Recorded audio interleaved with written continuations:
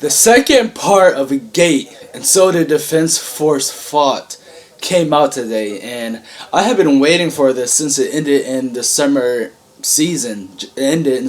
I have been waiting for this second part to come out because, to be honest, it was one of my favorite animes from the summer anime 2015 season, and I just loved it. And this episode was very, very, very entertaining, and it was like a gradual build up to like the second part of the series, because it is the second part of the series. So we meet the crew again. We got Atami, we got Rui, who didn't really show up that much. The demon goddess person with the scythe. We have all the different characters that I forgot the name. I remember Princess Pina, Pina Colada, Princess Pina Colada, because the drink. I remember her, but. So what mainly goes on in this episode is that you have this prince who's very, I would say, active and aggressive.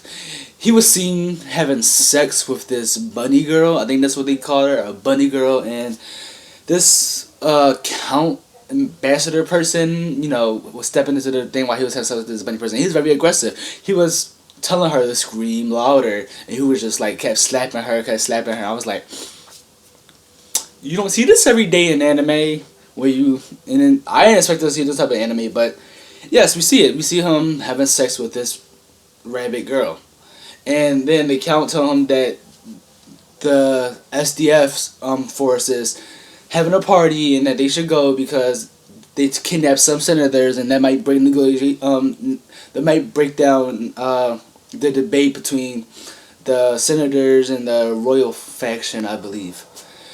So he goes on to investigate, and then we get a glimpse at the party, and then everybody's having fun, and then one of the biggest parts of that section of the episode is that you see the SDF testing out their equipment with the machine guns, and then the launcher, the grenade launchers, whatever it is, and you see the people from the capital, the royal capital, like, we can't have no more wars with them. We have no more wars with them. They was like, can you sell us these weapons? How many weapons you got? Can you sell us? They're like, if you can't sell them, can you tell us how it's made? Because, to be honest, if you have these weapons and you're within that medieval time zone period that they are in, the imperial period, the imperialistic time, then you will dominate. I always wanted to write a book or some type of material where they had these people go back in time. So imagine if you had a whole army and you have all these futuristic weapons, and then you go back in time, like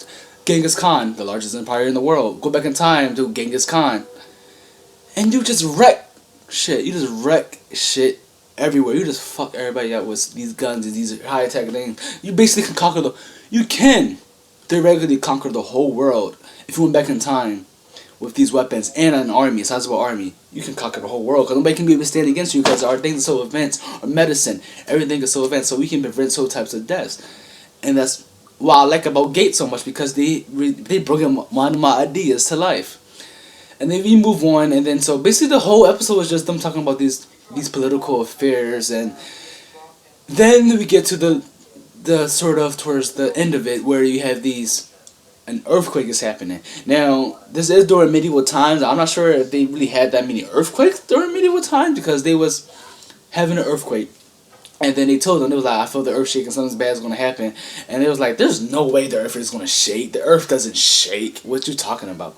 So it implies that they never experienced an earthquake before. So they get everybody out and they try to get everybody out of the world capital because the earthquake is hitting. And apparently, it's big. And which was really strange for me, because we saw the earthquake traveling, and to me, I thought it was just the dragon. Like, I'm like, earthquakes don't. The way they zoomed in, while the earthquake is moving to the capital, it seemed like it was like an organic object or an organic being just moving to the capital itself. So it could be the earthquake, but I still think that it's a dragon or something moving into the capital, making a big roar. Cause you do see the earth crumbling and things like that, and so that basically the premise of Gate. Not too much else to happen except that, the prince, the earthquake, you had the party, you had these talks, you see these familiar characters, and you see, well, one thing that I did notice in there is that they inside the slum, part of the royal capital, or some part of the capital,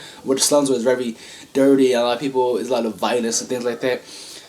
The SDF, they took down this gang, and then no other gang inside the area wanted to mess with them after that.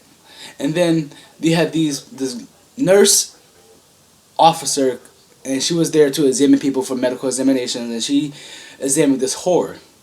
And this whore was inside the room, and she was like, "Well, I need this. Can you sell me it?" And she's like, "So you it what?" Now it most likely means birth control, because she was like, "Well, I can't get pregnant. It's my job to be a whore, to have sex with people." And then you see they have a special report. So I'm thinking their main goal to examine these whores, so you can examine these. So you saw there's like this report on the table that says, files on the sexually transmitted disease, STDs, within the zone. So that's basically about it. But I'm so glad that Gate is back. I really enjoyed the series, the first part of it. To be honest, I know the second part of it, episode 13. Let's go, guys. So tell me what you think. Did you enjoy Gate? I know you did. It has been Veer from Taku Logic.